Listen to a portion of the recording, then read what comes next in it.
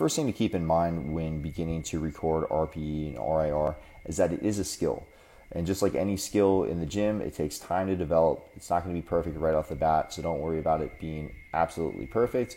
Just get in the habit of asking yourself at the end of the set, or even during the set, how hard is this set? How many more repetitions could I do or could I have done?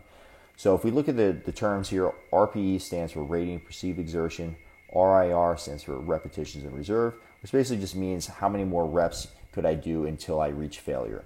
Now, we speak about failure, we're not talking about absolute failure, where you could do more reps if someone had held a gun to your head and your form was completely a mess and you're deviating from your normal technique. But we're talking about technical failure, where there is a slight range that we can deviate from in terms of our perfect technique. Not every single rep has to be absolutely picture perfect, but at some point you know when things are getting bad, and that's not really what we're talking about here. Now, if we look at anything under a 5 RPE, you're really just going to consider a warm-up. Even a 6 really in my mind is a warm-up. Once we get into a 7, that's where this is start to matter.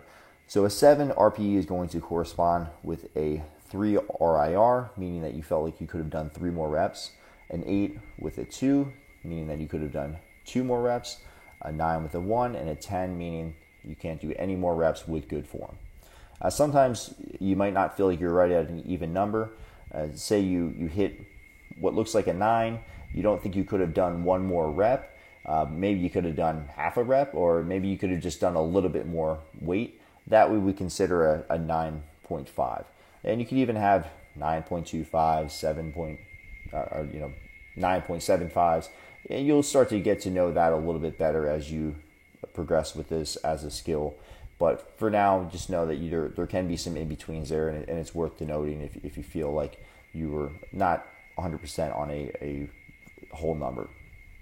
So just to show an example here of what this might look like in the gym, we'll look at a video of a deadlift here. So one way that's really helpful is if you take a video to help you to kind of see this stuff, because what you'll notice is as I go through this set here, the reps are looking pretty uniform in the beginning. Speed is looking pretty normal, pretty consistent throughout. And towards the end of the set, that's when the speed is going to start to slow down a little bit. Now it's starting to move a little bit slower here. Maybe that's looking like a 7 or an 8 RPE.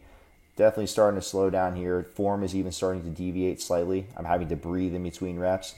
And this right here to me looks like, for myself, probably a 9, maybe closer to a 9.5. So I probably could have done 1 more rep, but it wouldn't have looked too pretty. Or maybe I could have done another 5 or 10 pounds on the bar. So just looking at the speed of the bar can be really helpful, and just noticing if there's a big drop off towards the end of the set, that tells you you're probably getting pretty close.